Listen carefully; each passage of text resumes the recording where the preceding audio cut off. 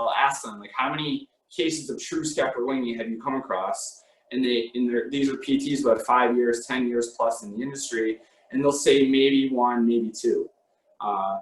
Again, to me, it's about getting people in a better position first to get that shoulder blade and rib cage connected, whether it's working on breathing drills, getting the actual rib cage to expand, getting certain muscle force couples to work a little bit better in terms of, okay, what muscles are involved with scapular motion, upper trap, lower trap, serratus, something's overactive, something's maybe underactive, levator, etc.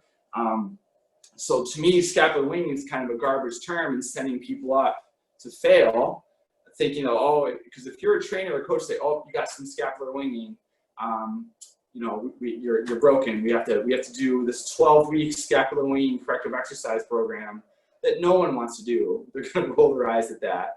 And the test for it is doing the aptly scratch test. So if you take your hand and you reach behind you and you try to scratch your opposite shoulder blade, you'll see everyone's shoulder blade come off. Because number one, not many people have that requisite extension, internal rotation of their shoulder to get behind the back anyway. So of course the shoulder blade is going to pick up the slack and come off. But pretty much everyone comes off on the rib cage when you do that aptly scratch test. So again, but why do some people include this as an assessment? I have no idea.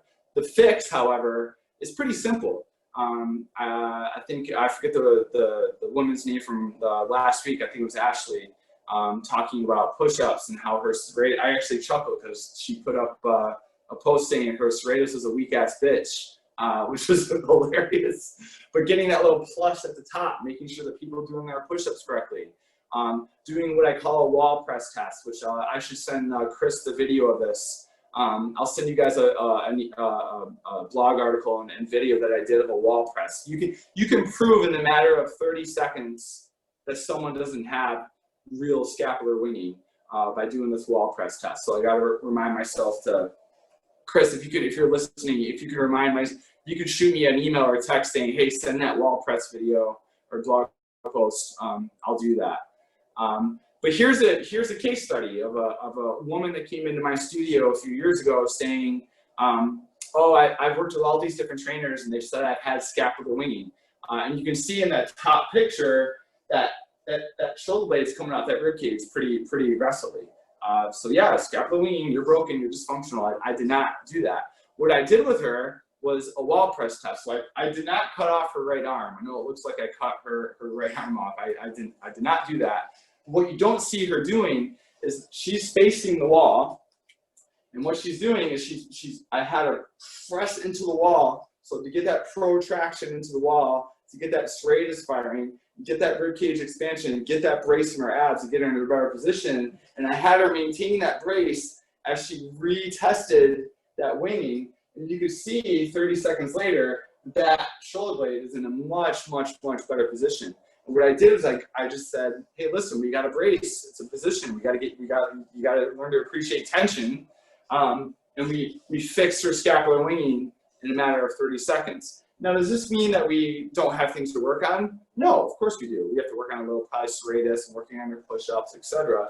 But to me, I was just proving to her that you're not broken, you're not dysfunctional. Scapular winging isn't really a thing for most trainees. It is very, very rare because remember, it's an actual neurological medical diagnosis. So again, the words we use matter. All right, so moving into overhead. This is a picture I stole from Mike Reinold, actually. And you'll see here, I know it might be a little bit hard to see, her left shoulder is exhibiting less upward rotation. So she has a little bit more of a shrugging pattern to get that left arm overhead compared to her right. So I touched upon this last week that, remember, going overhead is all about force couples. So what muscles are involved with this motion? Like we want upward rotation to happen, we want posterior tilt to happen, we want protraction to happen. That's upper trap, that's lower trap, and that's serratus. So if you know the anatomy, you can kind of deduce just by watching people move and trying to figure out, okay, what this muscle is doing, what that's not doing. You can do a pretty good job of ascertaining like what's going on, and that's what this slide is demonstrating. So for most people, I think serratus is a game changer for a lot of people. I'm going to show you guys some drills in a minute or two. But working on that serratus, that reaching, that protraction, especially if you're working with people who are athletic in a meathead situation where they've been programmed together and down with their shoulder blades, they need adding in more reaching in their life might be exactly what their shoulder needs to make it feel better, but also to improve that overhead mobility as well. So when I look at shoulder flexion or overhead mobility, I look at it actively, so I see what they're doing, like they are doing the work. They bring their arms up overhead. It's a really simple screen. We don't have to make this more complicated than it has to be. So you'll see here on the left, got pretty hard forward head posture, really aggressive lower back arch, rib cage is flaring out. I'm getting my hands up overhead, but at the expense of cranking through my lower back and cranking through my neck. So it's important when you're testing shoulder flexion to not just look at the person's hands, because they're going to get their hands up overhead, but it's how they do it that's going to give you the most information.